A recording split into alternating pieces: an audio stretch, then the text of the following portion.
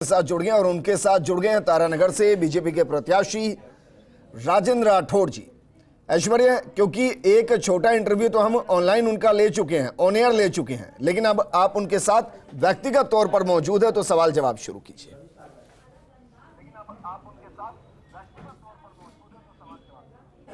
देखिए, इस वक्त की सबसे एक्सक्लूसिव तस्वीर राजेंद्र राठौड़ की।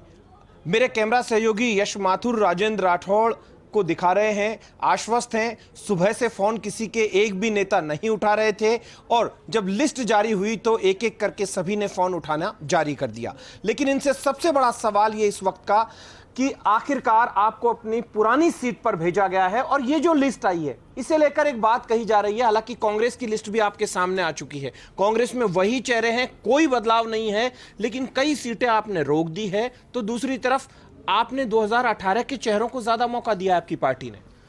देखिए, हमारे विधायक दल के वो विधायक जिनका परफॉर्मेंस विधानसभा और विधानसभा के बाहर अपने अपने कार्य क्षेत्र में अच्छा रहा, उन्हें पार्टी आलाकमान ने सर्वे करवा के, एक दो सर्वे नहीं 5-5 सर्वे हुए, उनके कार्य का आंकलन करके, उनके कटिबद्धता आंकलन करके हमारे पार्टी के आलाकमान ने उन्हें मौका दिया है।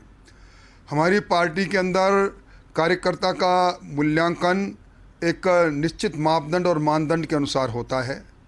यहाँ कांग्रेस की तरह तेरा मेरा नहीं है, यहाँ सारा अपना है और सहकार के भाव से फैसला करते हैं। आपने देखा होगा 125 उम्मीदवार भारतीय जनता पार्टी के मैदान में उतर चुके हैं और कांग्रेस, वो टुकड़ों टुकड़ों में बटी हुई कांग्रेस अभी अपने 3 दर्जन को भी पूरा नहीं कर पा रही, क्योंकि कांग्रेस की स्क्रीनिंग कमेटी में खुद में कितने स्क्रीन हो जाए। राठौड़ साहब, यहाँ पर ऐसा भी कहा जा रहा है कि आप लोग थोड़ा सा डर गए, इसलिए आपने नरपत सिंह राजवी जी ने इतने बड़े बयान दिए, उसके बाद भी आप लोगों को उनको सीट तो देनी पड़ी। देखिए, नरपत सिंह जी राजवी की विरासत को देखिए आप।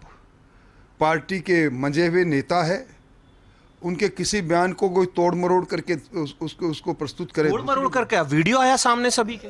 देखिए, वो अलग बात है, क्षणिक बात में कहीं कोई बात उन्होंने ऐतिहासिक परिप्रेक्ष्य में कह दी होगी, पर उसके बाद उन्होंने ये भी कहा कि वो पार्टी के कार्यकर्ता है, पार्टी के साथ जिएंगे मरेंगे और पार्टी ने उन्हें उनके पुरानी जगह पर भेजा है, तो सोच समझ कर भेजा है। 2 पूर्व प्रदेश अध्यक्ष इस लिस्ट में नहीं आए, अरुण चतुर्वेदी और अशोक परनामी, वो भी तो आपके पूर्व प्रदेश अध्यक्ष है। क्या वो इतने कमजोर हैं क्या?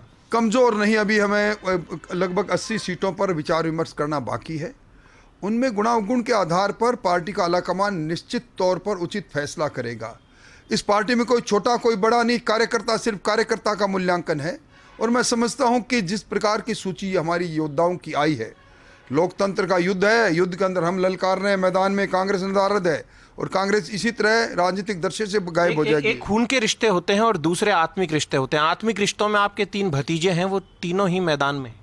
निश्चित तौर पर जिनके साथ बहुत वर्ष व्यतीत हुए विधानसभा के अंदर, डॉक्टर दिगंबर सिंह, धर्मपाल चौधरी और प्रोफेसर सांवरलाल, हमारी राजनीति भी साथ साथ प्रारंभ हुई थी। आज उनके पुत्र, दो के पुत्र तो पहले से विधानसभा में हैं और एक दरवाज़ा खटखटा रहे हैं। निश्चित तौर पर मैं शुभकामनाएं भी देना चाहूँगा और मैं उम्मीद करता हूँ कि जिन सद्गुणों के आधार पर, जिस विरासत को ये मेरे तीनों भतीजे आगे बढ़ा रहे हैं, निश्चित तौर पर राजस्थान के लोगों की सेवा। मुसलमान को आपने मौका नहीं दिया, एक भी मुसलमान को। मुसलमान बहुत सारे जो कहते हैं, जो लगातार पार्टी के साथ जुड़े रहे, पार्टी के साथ मेहनत करते रहे, ऐसा क्यों? क्या मुसलमान आपको वोट नहीं देते हैं क्या? देते हैं, ऐसी कोई अस्पृश्यता नहीं है। मुसलमान कोई पार्टी से बिल्कुल हमें कोई छुआछूत हो, ऐसी बात नहीं।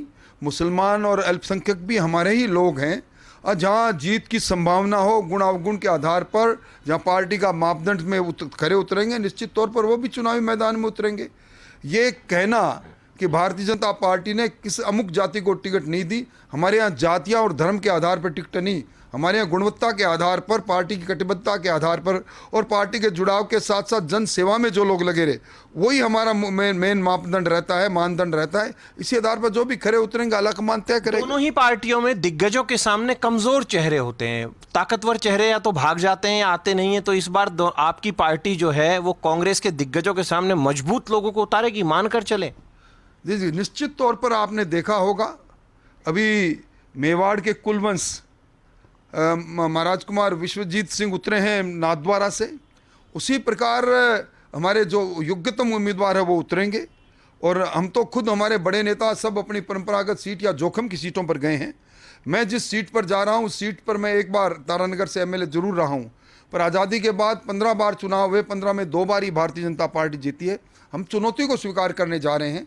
हमें कांग्रेस को उस मैदान में जहां कांग्रेस दम ठोकती है, हम बड़े मजबूत हैं, वहीं परास्त करना है। इस उद्देश्य के साथ जा रहे हैं। आपके वसुंधरा राजे, सतीश पूनिया, गजेंद्र सिंह शेखावत, जितने भी आप कोर टीम के लोग हैं, आपके सभी जो कहा जाता है स्वाभाविक रूप से करीबी एक लोग राजनीतिक तौर पर जोड़ देते हैं, उनको टिकट मिले हैं या फिर जो वाकई में योग्य थे उनको मिले? योग्य से योग्यतम को टिकट मिले हैं। ना तेरा है ना मेरा है, हमारा है। भारतीय जनता पार्टी सहकार के भाव पर विश्वास करती है। यहाँ तेरा मेरा नहीं चलता।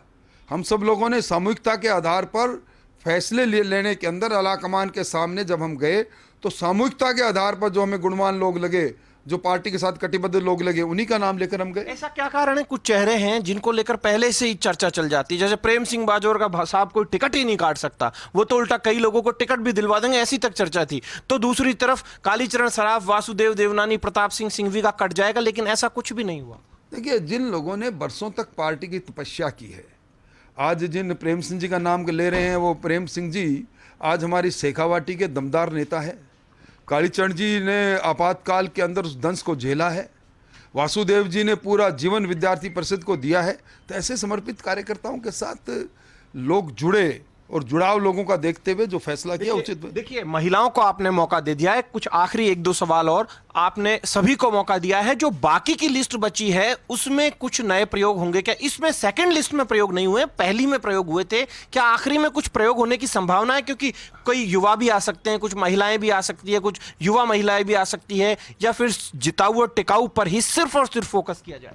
देखिए, जिताऊ टिकाऊ तो लोकतंत्र का पहला मापदंड है, पर क्या प्रयोग होगा क्या प्रयोग नहीं होगा इस पर टिप्पणी करने का अधिकार मुझे नहीं है, संसदीय बोर्ड को है। पर मैं ये कह सकता हूँ कि जहाँ सामूहिकता से होती है वहाँ उचित निर्णय होते हैं, और सामूहिकता से हमने निर्णय किए। किसी भी निर्णय में कोई भी एक भी व्यक्ति जो कोर कमेटी का हो या संसदीय बोर्ड में हो, किसी की असहमति नहीं। आप लोग सचिन पायलट को हरा पाएंगे टोंक से? कोई है ताकतवर आदमी? निश्चित तौर पर आप जब हमारी सूची आएगी, हमारा उम्मीदवार आएगा, तिल देखना, तिल की धार देखना। और अशोक गहलोत के सामने किसे उतारेंगे? निश्चित तौर पर वो भी खोजबीन चल रही है। हम गहलोत साहब के पैर को रोक ममता भूपेश के सामने अभी आपके पास आदमी नहीं है। अभी हमें 80 सीटों पर आदमी नहीं है, इसलिए ये कहना कब आदमी नहीं है। अभी हमारा पार्लियामेंट्री बोर्ड बैठेगा और हम चयन करेंगे। जयपुर शहर को आपने, आधे जयपुर शहर को क्यों रोक दिया? जयपुर महानगर है, जयपुर के अंदर उम्मीदवारों को उतारने से पहले पार्टी का चिंतन मंथन चल रहा है। उचित प्लेटफॉर्म पर इन सारी बातों को हम तय करेंगे। शाहपुरा विराटनगर को लेकर कोई नया प्रयोग?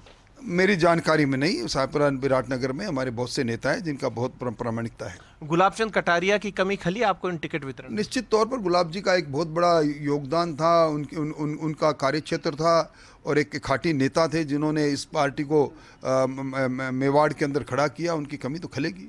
और आखिर एक सवाल, सीपी जोशी प्रदेश अध्यक्ष हैं, अब उनके, क्योंकि नेतृत्व संगठन में उन्हीं का है और आप नेता प्रतिपक्ष है, आप पूरे विधायकों के नेता हैं, तो ऐसे में आप दोनों के सामने कितनी बड़ी चुनौती है? क्योंकि पार्टी में अंदरूनी खींचतान तो चलती है, राठौर साहब मना नहीं कर सकते उस बात। नहीं, कोई खींचतान नहीं, परंतु चुनौती निश्चित तौर पर, चुनाव का नाम ही चुनौती है।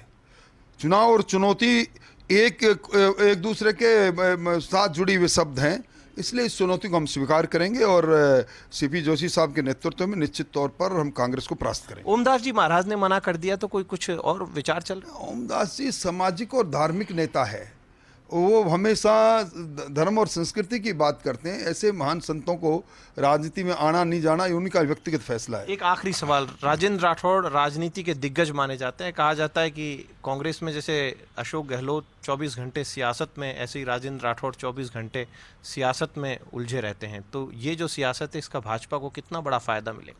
भाजपा का एक ज़मीनी कार्यकर्ता जिसको भैरव सिंह जी शेखावत सरी के नेता ने बनाया, पनपाया, और एक अच्छी संस्कृति के साथ जो हम लोग आगे बढ़ते हैं, हम ज़मीनी आदमियों को कहीं भी भारतीय जनता पार्टी उतारती है उस काम को शिद्दत के साथ करने की कोशिश करते हैं, वही करेंगे। और निश्चित तौर पर पूरे राजस्थान में घूम घूम कर भारतीय जनता पार्टी को जिताने की कोशिश करेंगे। तो राजस्थान के दिग्गज नेता भारतीय जनता पार्टी के राजेंद्र राठौड़, जिन्होंने फर्स्ट इंडिया न्यूज़ से खास बातचीत की है। हम फिर किसी दूसरे दिग्गज के साथ आपके साथ रूबरू होंगे, तब तक के लिए नमस्कार।